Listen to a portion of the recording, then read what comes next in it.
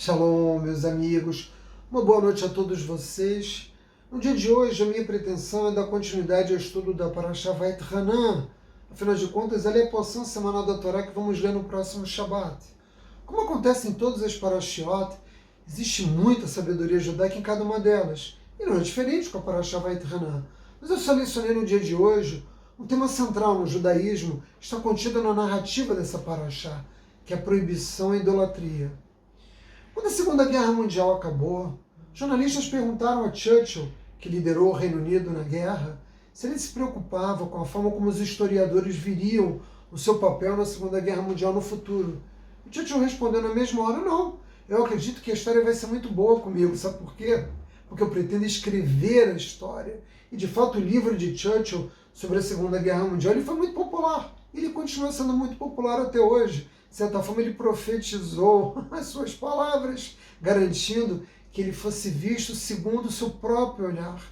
E a verdade é que, mesmo que você não seja um De Gaulle, um Roosevelt, um Stalin, um Churchill, que você tenha controle apenas da tua existência individual, que você seja capaz de influenciar apenas a história e o curso dos acontecimentos da sua vida, você deseja fazer da mesma forma que o Churchill. Por que o Churchill quis, assim como todos os líderes mundiais, aqueles que governam nações, eles procuram fazer um esforço para moldar, para influenciar os eventos históricos. Por que isso acontece? Porque isso faz parte da experiência humana.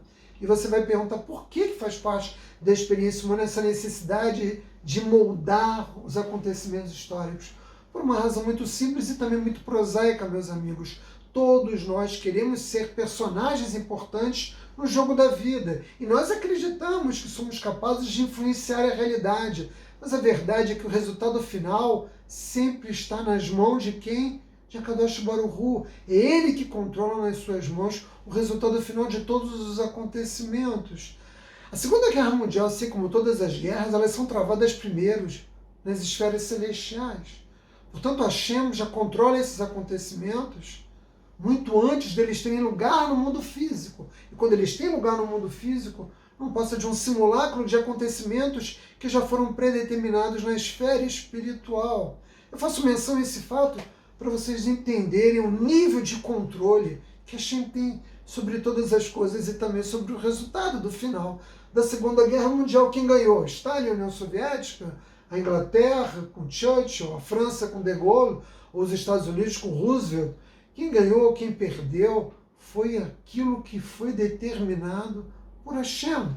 Essa Parashá, como eu disse há pouco, ela tem como um dos seus aspectos centrais, nos inúmeros temas que ela trata, a proibição à idolatria. E a razão é evidente. Todos sabem que o povo judeu é absolutamente proibido de adorar ídolos ou de gravar imagens. E é por isso que nós estamos proibidos pela Torá de nos casarmos com não-judeus. Porque quando você se casa, você tem filhos. E se você se casa com uma pessoa que não pertence à sua identidade de fé, a possibilidade de você atrair a idolatria para a sua vida é muito grande, porque nós judeus reconhecemos que fora do judaísmo, quase tudo que existe são formas de manifestação idólatra. Então se você vai ter um filho com uma mulher ou com um homem que não estão harmonizados com a tua crença monoteísta, a chance de você ter ideias idólatras penetrando na formação dos seus filhos é muito grande. E é isso que a Torá proíbe, né? Porque ela sabe que todo casamento que ocorre entre um judeu e um não-judeu,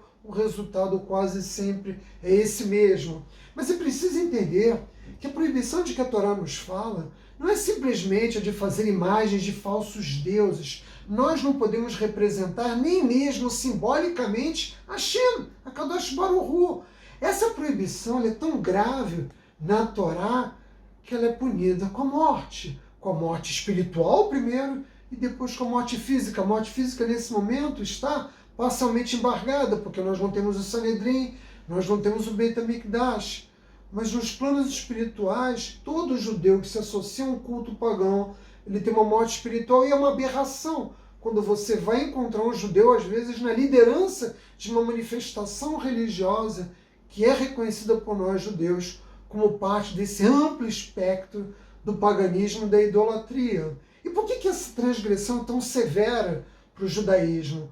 Porque essas proibições de que nos falam a Torá, elas têm natureza de medidas preventivas, justamente para evitar a possibilidade de que o judeu venha adorar, ainda que por engano, uma imagem como se fosse a de Deus. Vejam que a humanidade, antes do dilúvio, reconhecia a existência de Akadosh Baruch Hu, mas os homens naquele tempo fizeram o quê? Alçaram os ministros de Hashem, aqueles que eles reconheciam como ministros, como se fossem divindades. Então o sol, a lua, as diferentes manifestações da natureza foram colocadas como se elas fossem, propriamente dito, né, a divindade. E esse processo é um processo que de geração em geração vai se degenerando ao ponto de nós termos hoje gigantescas manifestações religiosas que são absolutamente marcadas por ideias idólatras, por ideias pagãs. Portanto, o judaísmo rejeita peremptoriamente qualquer forma de intermediário. Nossa relação com Deus é direta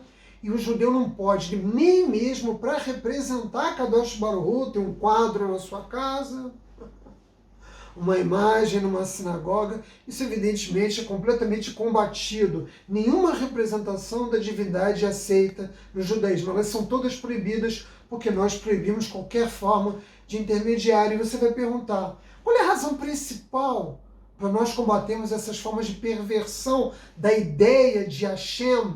Ora, muitos dirão, a razão é física, né? Na medida em que vocês proíbem construção de ídolos ou gravar imagens, mas a verdade é muito distante dessa ideia. A razão é sobretudo metafísica, porque veja, o judaísmo tem ensinado ao longo desses 4.000 anos que nós devemos submeter a nossa vontade à vontade de Hashem. E o que o paganismo faz é caminhar numa direção justamente oposta. Ele não quer submeter a sua vontade à vontade dos seus deuses. Ora, como é que o judeu alcança o seu crescimento espiritual? Ele alcança na medida em que ele realmente é imagem de Hashem. E como é que ele consegue ser imagem de Hashem? Quando ele consegue imitar o comportamento de Deus. Nós não sabemos nada a respeito de Akadosh Baruch Hu, exceto os seus atributos. Nós não sabemos nada a não ser a forma como manifesta a sua vontade no mundo. Então, se nós somos misericordiosos, se nós praticamos a bondade, ou mesmo a severidade, nós estamos imitando Hashem no mundo. E o que faz o idólatra? O idólatra, ele não quer submeter a vontade dele à vontade dos seus deuses. Ele quer influenciar, ele quer controlar. Olha quantas pessoas querem controlar anjos. Olha quantas pessoas querem controlar outras divindades. E por que o pagão quer controlar a divindade? Porque ele quer influenciar a divindade para que essa divindade, essa força espiritual, né, dê a ela justamente a possibilidade dela satisfazer os seus desejos egoístas. Nós, judeus, nos submetemos à vontade de Akadosh Baruch Hu através do cumprimento da lei divina, que é a Torá Sagrada, mas a maior parte das religiões do mundo mantém uma relação com as suas divindades, que é uma relação de troca, no qual a divindade deve se subordinar. Desde quando um Deus, né, pode se subordinar à vontade dos homens? É justamente o contrário. A idolatria, portanto, meus amigos, ela é proibida na Torá, sobretudo porque ela é falsa. O Talmud nos diz que a assinatura de Deus é a verdade, de modo que um objeto inanimado, como uma estátua, ou qualquer outra forma de manifestação física, não tem nenhum poder. Abraão Avinu, quando destruiu as imagens da casa de seu pai em Ur, já havia demonstrado isso há 4.000 anos atrás. A maior parte da humanidade ainda não conseguiu compreender essa lição simples. Você pega a China e pega a Índia, que são duas nações, cada uma delas com mais de 1 bilhão de seres humanos, e você vai ver que a maior parte dos seres humanos que vivem nessas nações promovem crenças, no Oriente principalmente, promovem crenças absolutamente, o quê? Pagãs. Nenhuma imagem tem poder real, meus amigos. Vejam que só Hashem possui de fato as chaves para o sucesso e para o fracasso nas nossas vidas. E a nossa aspiração deve ser justamente moldar a nossa vida à imagem de Hashem. E não achar que Hashem é que deve moldar a sua imagem àquilo que nós, né, projetamos como a nossa imagem. Veja a perversão dessa ideia. Nós somos imagem do Criador e não o Criador imagem de nós. Idolatria, sobretudo afastamento. Existem muitas formas de idolatria que que não se resumem a você ter uma estátua no canto da sua casa, ou qualquer tipo de símbolo idólatra. É preciso entender que a transgressão de cada uma das mitzvot significa uma forma de idolatria.